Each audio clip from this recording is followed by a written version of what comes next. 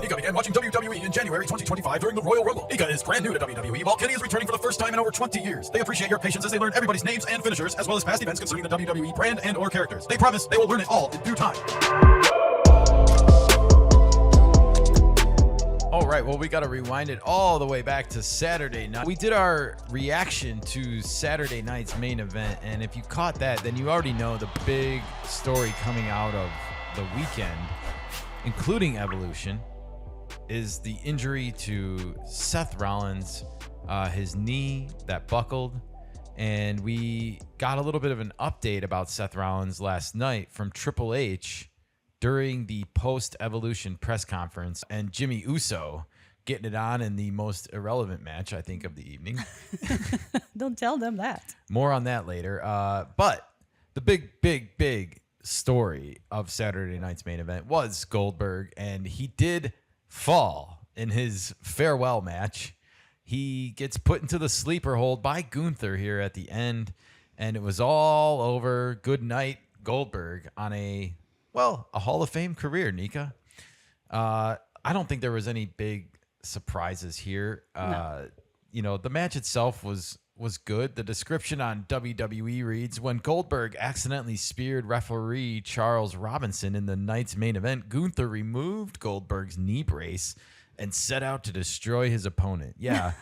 You know, the knee injury in Goldberg came up pretty quickly in this as like an Achilles heel. Yeah. You know what that tells me? The dude didn't have enough stamina.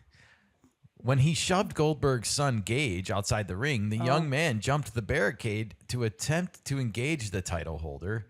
This cost Gunther valuable time, and the second he climbed back into the ring, Goldberg hit the ring general with a spear, then followed up with the jackhammer, and the jackhammer is, of course, that really big, tall suplex that Goldberg's known for. This took its toll on the decorated challenger, though, and provided Gunther enough time to lock in the sleeper to hand Goldberg a loss in the final match of his career. And a bittersweet moment for Goldberg here. But Gunther gets this win here, and I'm just kind of left wondering, did we really need this match? It's like a very good question. And I don't think we'll ever know the answer unless somebody comes up and spills the beans. I don't know if this was like an IOU or something for Goldberg. And that way. To be fair, Nika and I just started watching wrestling this year at the Royal Rumble, as you probably know. And I know, of course, who Goldberg is. You know, he's a cultural icon. However, I didn't really realize that he had been still wrestling up till 2022 even. And, you know, that makes him like, 54, 55 years old as it is. He's now 57, 58. And yeah, something like that. Coming back to do, I guess, this farewell tour match. And so, or not a tour, but just a farewell. I don't know how he ended in 2022 to get to this point, but something tells me it must have been abrupt, or he maybe didn't get the send-off he wanted to have with his family and friends. So all things aside, I guess I'm happy that he gets to have that moment, because he certainly earned it from his career. Definitely. It was a big moment for him. Big night. He lives in Atlanta. He has a whole family there. So it was a family affair and farewell to wrestling. Indeed. And he seemed to be having a good time. Now, one of the big stories out of the evening is that his speech at the end of the event was still going on as NBC went off the air. And WWE had to retroactively release the entire video feed of that farewell speech because a lot of fans wanted to see the whole thing. Okay. And, well, without getting into this too much, one of the reasons why the event went long was because of a big injury that happened, Nika, in the match before the championship finale. And that was, of course, LA Knight and Seth freaking Rollins having a one-on-one match here at Saturday night's main event. And as you can see, LA Knight was the winner, but that was not the big story to come out of this matchup. In the height of Seth Rollins' explosive showdown against LA Knight, the Visionary propelled himself off the ropes, and when he hit the canvas, his knee suddenly buckled. Standing up after trying to regroup in the corner, the injured Rollins fell victim to the BFT, the blunt force trauma, to give the megastar, LA Knight, the win. Now, Nika, this is apparently a real injury that Seth Rollins suffered. There was quite a scene after the match ended.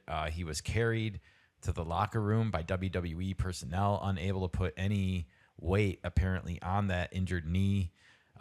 Stay tuned. We are doing a separate video about the state of Seth Rollins right now because it's of huge concern. And this, without taking anything away from any of the other performers, this put a damper on the whole night, including the Goldberg and Gunther matchup, because I don't think anyone really gives a crap knowing that Seth Rollins might not be 100% healthy right now. Considering what was being worked up, considering his place right now in the lineup, and that he is the Naomi of the men's division, you know, and we just saw how dramatic and exciting they were able to make that. And you have to think that they were planning something similar with Seth down the line. And, well, it'll be interesting to see what happens now that he's injured, and especially with the severity of that injury. And he's been injured before on that knee. Yeah, apparently. Seth does not have the best knees if you look at the history right now. And so another knee injury is the last thing that he needs. But nevertheless, a knee injury and extended out time is the last thing WWE needs, because Seth Rollins is by far one of the best that they have on the microphone from a heel standpoint. Yeah. It's just unfortunate. We don't know when they're going to have an update on his injury status.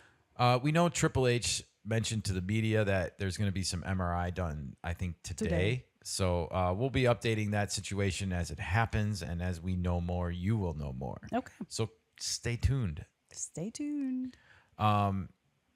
We did get a little bit of female action during this sausage fest of a Saturday night's main event, Nika. And that's because Jade Cargill was at ringside.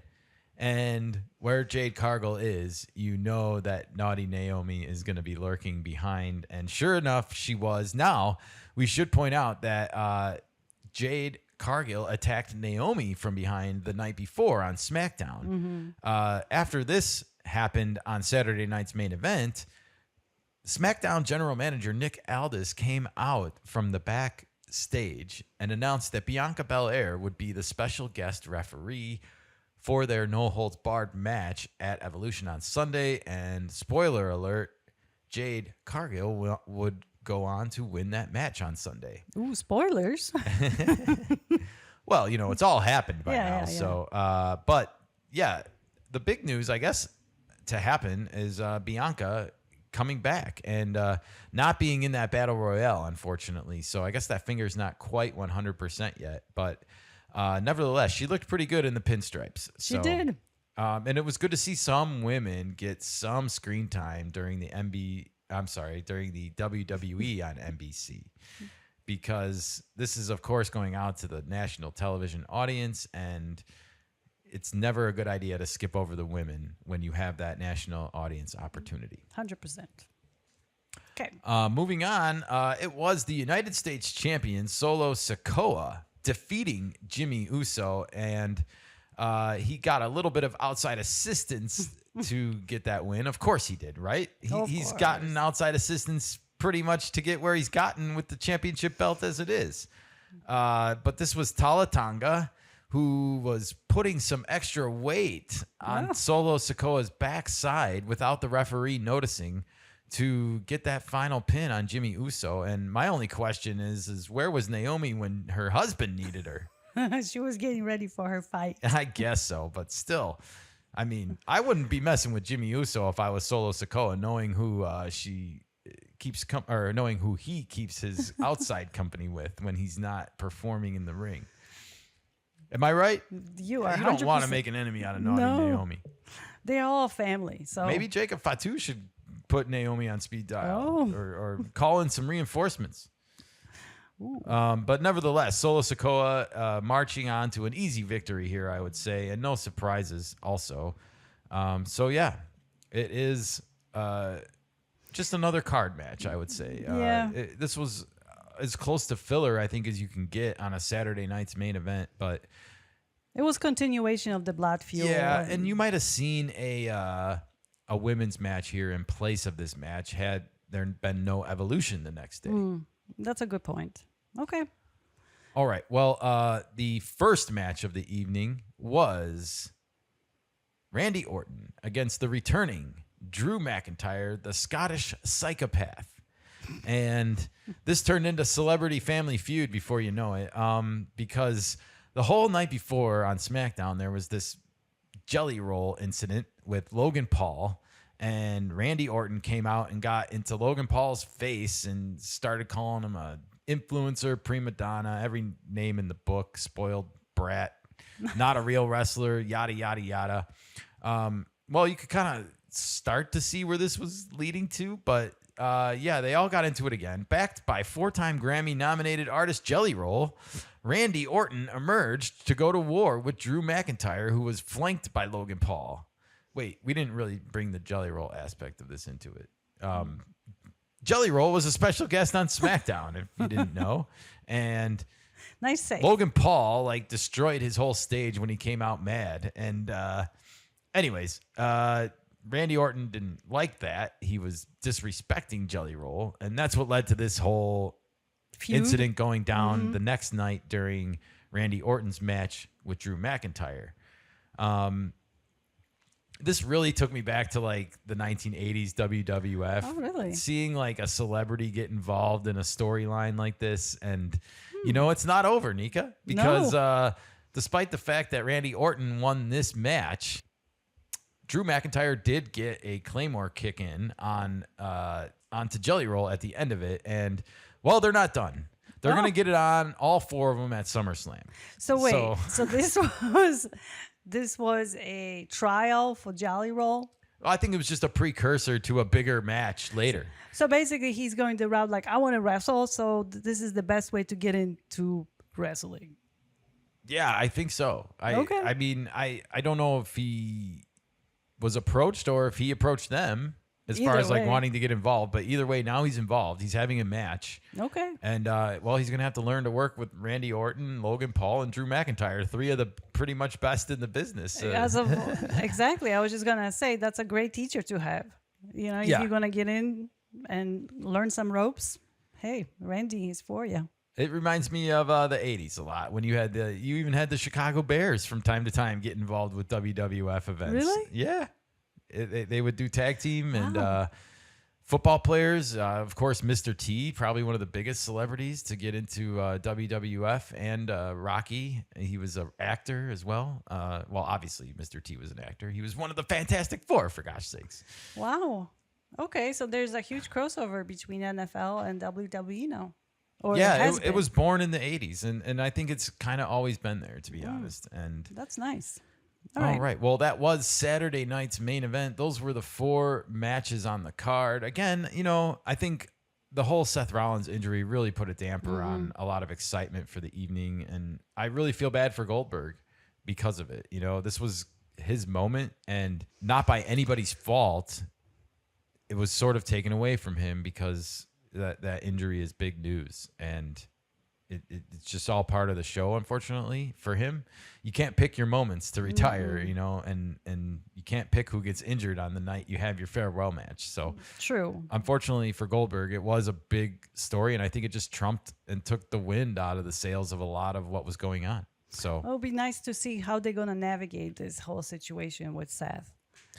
Yeah. As a storyline. It will be very, very interesting. And yeah, in case you missed it earlier, stay tuned because we are going to do a little Seth Rollins injury breakdown as its own little separate video because it's such a huge story. All right. Well, that's all we got for this Saturday night's main event. But let us know what you thought of the event in the comments below. Were you happy with all of the matches, or did you feel like this had a little bit of left a little to be desired? Or do you think it's all Seth Rollins' fault with the injury? Let us know what you think.